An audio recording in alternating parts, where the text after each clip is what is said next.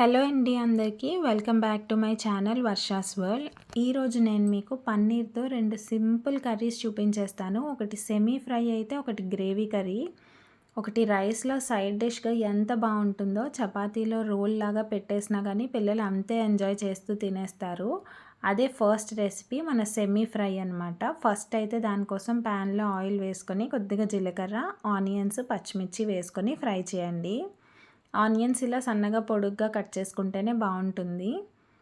Tomatoes కూడా వేసేసుకొని లైట్గా సాఫ్ట్ అయిపోయిన తర్వాత ఇందులోకి పన్నీర్ వేసేసుకోవాలి.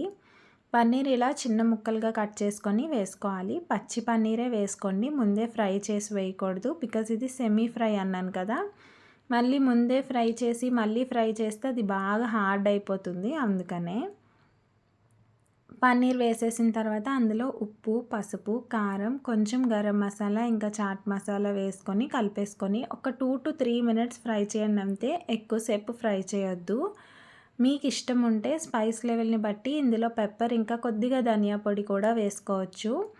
దీన్ని కొద్దిగా సాస్ యాడ్ చేసి చిన్నపిల్లలకి చపాతీస్లో పెట్టేసి ఇచ్చేస్తే అది పన్నీర్ రోల్ అనుకుని చాలా ఎంజాయ్ చేస్తూ తినేస్తారు. ఒకసారి డెఫినెట్లీ ట్రై చేయాల్సిన రెసిపీ ఇది.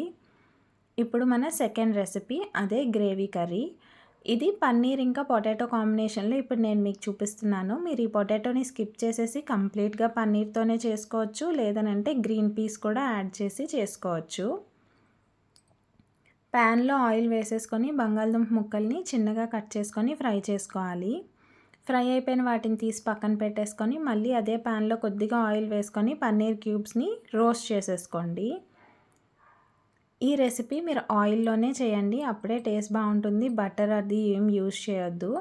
ఇప్పుడు పన్నీర్ పీసెస్ తీసేసిన తర్వాత ఇంకా అదే ఆయిల్లో చిన్న చెక్క ఇంకా కొద్దిగా షాజీరా వేసుకోండి. సన్నగా చాప్ చేసుకున్న ఆనియన్స్, పచ్చిమిర్చి వేసేసుకొని ఆనియన్స్ కంప్లీట్గా ఫ్రై అయిపోయి ఇలా బ్రౌన్ కలర్ వచ్చేయాలి. అప్పుడు అందులో ఫ్రెష్గా దంపుకున్న అల్లం వెల్లుల్లి పేస్ట్ వేసేసుకొని పచ్చివాసన పోయిన తర్వాత టొమాటోస్ కూడా చక్కగా ఫైన్ చాప్ చేసినవి వేసుకోండి. మిక్సీ పట్టి కూడా వేయొచ్చు, బట్ కాంప్లికేట్ చేసుకోకండి. సన్నగా కట్ చేసుకొని వేసేసుకుంటే త్వరగా అయిపోతుంది. ఉప్పు, పసుపు, కారం వేసేసుకొని పచ్చివాసన అంతా పోయి టొమాటో అంతా ఉడికిపోయి ఇలా దగ్గర పడేంత వరకు మూత పెట్టుకొని ఉడికించుకోండి. ఇలా మొత్తం మన ఆనియన్స్, టొమాటోస్ దగ్గరగా మగ్గిపోయిన తర్వాత ఫ్రై చేసుకున్న పన్నీర్ ఇంకా ఆలు వేసేసుకొని కొద్దిగా వాటర్ వేసుకొని ఒక 5 minutes ఉడికించండి. సో దట్ ఆ పన్నీర్ పీసెస్కి ఈ మసాలా గ్రేవీ అంతా లోపల వరకు ఇంకుతుంది. ఇప్పుడు పైనుంచి కొద్దిగా కొత్తిమీర ఇంకా కసూరి మేతి వేసేసుకొని కలిపేసుకొని వేడివేడిగా సర్వ్ చేసేసుకోండి. ఇది రైస్, చపాతీలోకి అద్దిరిపోతుంది. ఒకసారి డెఫినెట్గా ఈ 2 రెసిపీస్ని మీరు ట్రై చేసి చూడండి.